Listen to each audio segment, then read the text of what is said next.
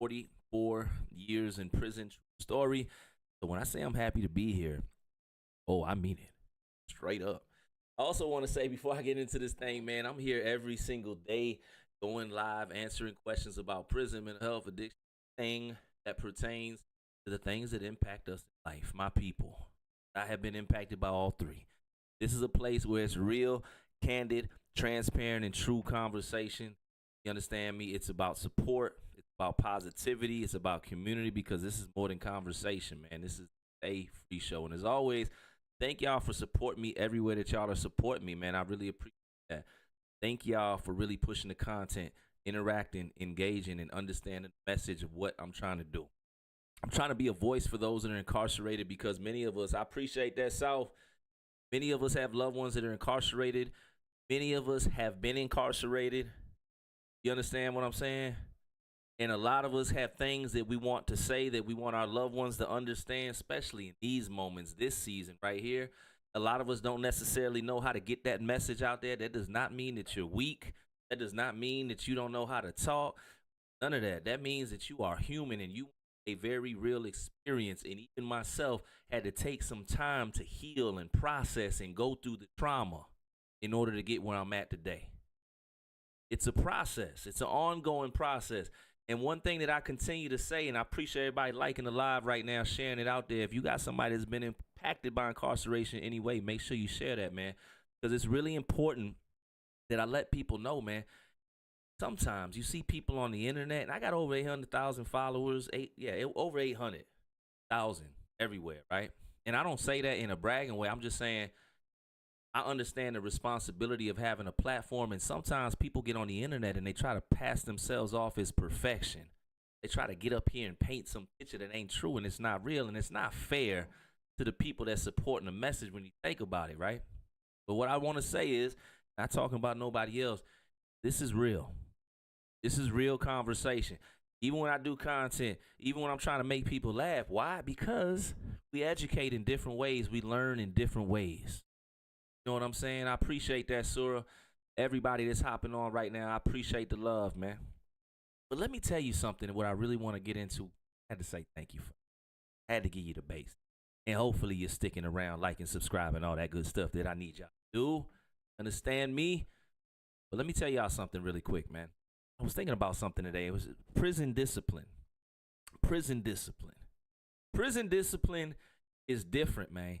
A lot of us, it's weird. It's not weird to me, but a lot of us lack motivation when we come home at time, and maybe it's because we're trying to decompress or shake off the hits that we took. Like, I'm not saying it's not legitimate, but there's a percentage of us that lose our discipline when we come home from prison.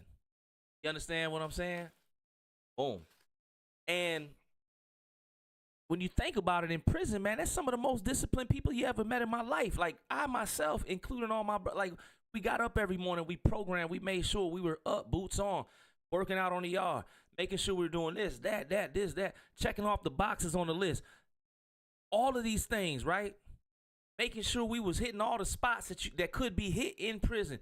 Making sure we was getting up for the jobs, the programs, whatever it was that we was doing, right? But then when we come home, many of us, something happens. There's a shift that occurs, a downshift.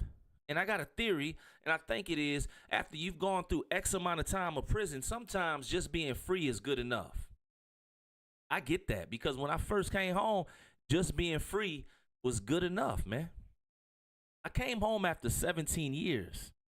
I was locked up from the age of 19 to 36. Missed all my 20s in there. You understand me? Very traumatic experience of what I was going through. But not unlike many of the people out here in the world, man, it says 1 out of every 2 are impacted by incarceration. If y'all got questions, please put them in the chat. I forgot to mention, that's the main reason I'm up here is to answer y'all questions. Rambling, but if y'all got questions, please put them in the chat for sure. Listen, man, this is real, right? Sometimes freedom is good enough, but we should still want more, right? And the reason I say we should still want more is because many of us, we went without, not by choice, but because we put ourselves, well, by choice, because we put ourselves in that situation. The majority, some are innocent, But then for years, even after we learned our lessons, we were deprived of some things. So you get to go home. You don't have to keep eating ramen noodles. There's nothing wrong. Listen, I still eat a ramen noodle every now and then. But what I'm saying is you don't have to. There's options now. You can go to the grocery store. You're not shopping at commissary. You understand me? Somebody said the Keefe Nightmare. It's on Amazon. Papa Man, what's good? T. Sakala, I see the questions right here. He said, I'm going to the States in 2 years looking for good food and car culture. Where should I go? Got plenty of places over in the States, man. Listen, I've been home for 6 years now. I'm fortunate enough I travel as a motivational speaker. I get to go some places. Man, wherever you want to go. But and I'm not being biased. There's so many great cities, and if I don't mention them, and you can go to the country too. But man, if you want good food, Chicago. Straight up. Like, to me, Chicago, New York's got good food. Like, certain places, right? And it depends the type of food you like. Culture or car culture, I love LA. Like, if you're in the West Coast and car clubs and stuff like that, I just love LA. These are just my, my preferences everywhere. I did not check out his page, Cardinal Blue. I just forgot, honestly. I need to check him out, though. I may know, honestly. Somebody has mentioned his name before, and it ain't no shade or nothing. It's just, I just forget. I get off here, somebody be like, yo, check him out. I'm like, dang, check him out this time. I'm all about collabs and everything. Peace, Chris Redden. I appreciate that, man. Impression shirt, appreciate that. Whimsy, your man's coming home, doing 5 years, coming home in 9 months. That's what's up. That's a blessing, man. TC College, Chicago, Houston, Florida on the list. Shout out to Florida. I love Florida. I don't want to live there, but I love going out there to the beaches. You know what I'm saying? Tampa Bay, St. Petersburg area, man. Definitely, man. And shout out to Houston. I was out there doing work in Houston. Fire, man. They got some good. I love Mexican food. My family's from past pop side, Texas. Chris, baby's doing great, man. Thank God. Amen. I'm not here. Hey, I ain't trying to push it. I'm just saying, let me do what I do, man. And I pray every day for my baby. My baby weren't supposed to till 2 days from now, the 18th. He was born November 3rd. He came home November 13th at 35 weeks. He's doing great. God is good, man. Train Hopper, it's hard to expand upon and get opportunity with the record advice. Temp services. Temp agencies are fired to me. They're good starting point. Temp agencies, because they absorb your backgrounds. And when you get up on Indeed and Zip and you're filling out your applications, make sure you got a resume. You know what I'm saying? And apply for these jobs. Equal opportunity employer jobs. Put that in the search bar. Equal opportunity employers. Don't look for like factory. Equal opportunity employers and see what pops up. Apply for all of those in your area, and then put in the search bar felon-friendly jobs, Indeed or Zip or whatever, and apply for all of them. Be non-discriminate. Like me, you made 27 cents inside the penitentiary cleaning toilets at one time. I know I did before I got the quote-unquote good. Also, industries like waste management, depending on your physical health, age, etc., high turnover rate, easier to get into those positions. Network with your family. Hopefully somebody knows somebody, and if not, start hitting all the job fairs, resource fairs, anything. And then look up organizations that help justice impacted people. Look them up. Yo, reentry organizations, blah, blah, blah. Pull up on them or make some calls. Yo, I need a job. Somebody out there needs to have resources and be able to plug you to a position. And typically there's organizations nearby somewhere where can direction, but network. And shout out to you, man. It's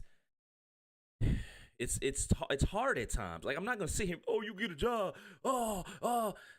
Yeah, sometimes, bro. Like, I got brothers, man, they fighting it out months on end trying to get in.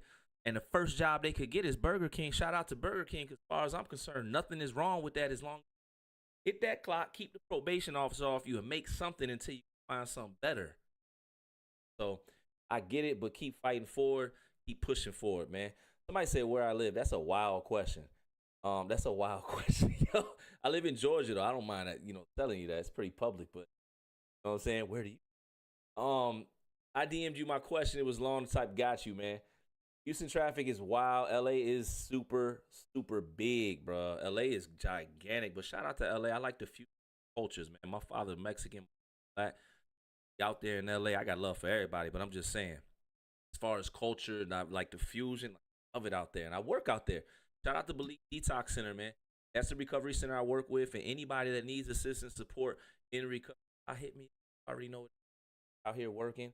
I love meeting people in LA, especially when they taking that step into sobriety. You got a loved one that needs help, whatever it is, man. Let me know.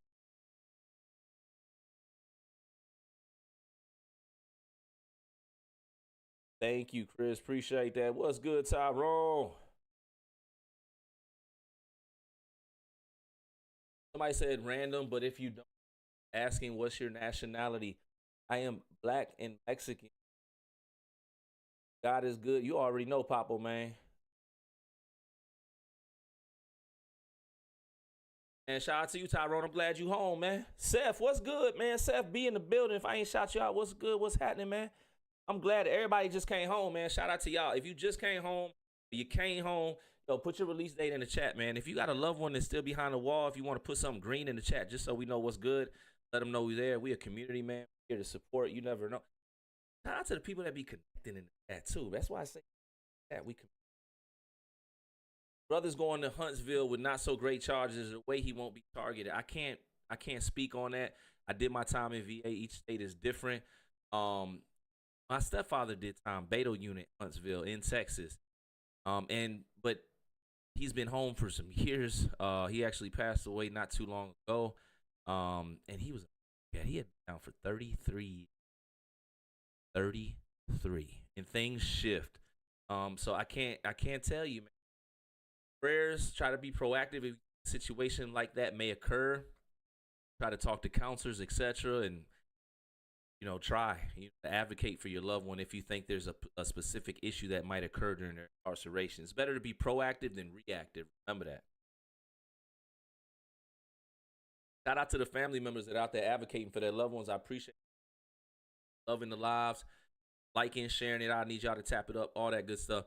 How about them Cowboys? No, sir. Don't get it twisted. I know I'm wearing them. And my pops, rest in peace, was a Cowboy fan. You know what I'm saying? But listen, I'm Chicago Bears through and through, die hard. Shout out to the Big Bears. Y'all already know what it is. NFC North, we turning up, man. Green Bay got lucky. I promise you. We got to dismantle them in the playoffs. See that. Y'all football teams in the chat, man. Any football fans out there? Appreciate that, Papa Phil. Pop Phil.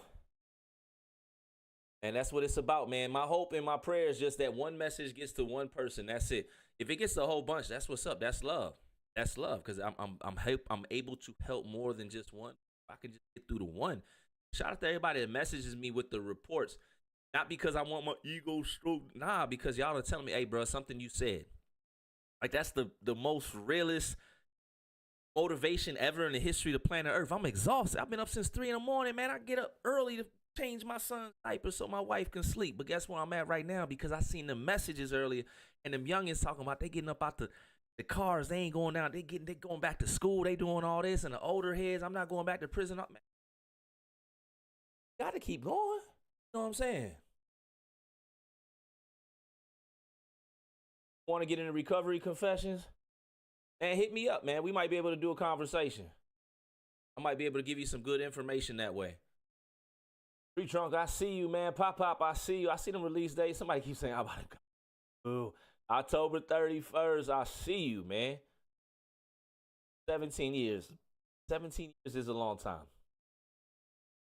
Shout out to everybody that's getting out, still fighting forward, staying out the negativity. Somebody saying Big Dallas, Big Chicago. Y'all already know. Giants, please. No, sir, but I respect your loyalty to your team. A lot of people definitely be like, you know what I'm saying, jumping off when they teammate. Not me. I've been riding with the Bears, getting my head hit.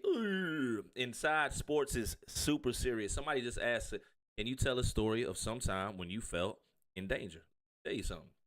In the penitentiary, it involves sports. How many of y'all know that sports is a big thing in prison?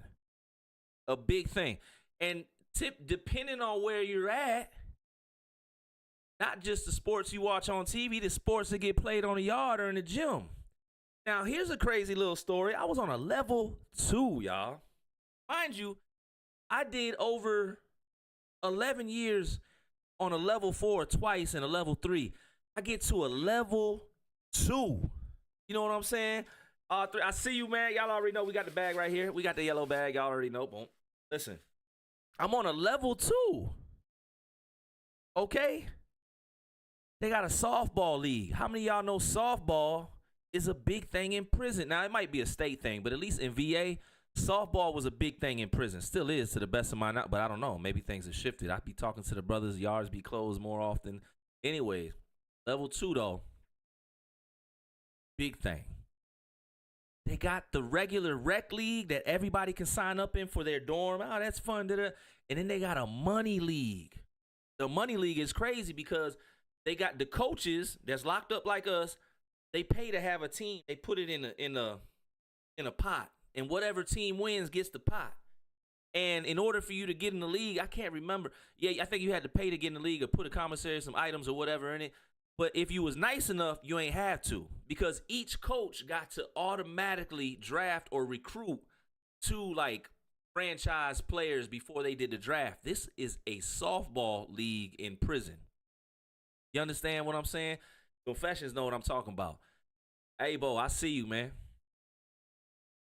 So listen, I'm nice. Now, a lot of people get up here and they blow their stuff up and make them sound all super nice, all that. I will tell you, basketball, do not pick me, especially now I'm 42. Don't pick me. I don't care if I was 22. You don't want me there, okay? Softball, baseball, you want me there. I play any position. I play shortstop, left center. Yo. Oh.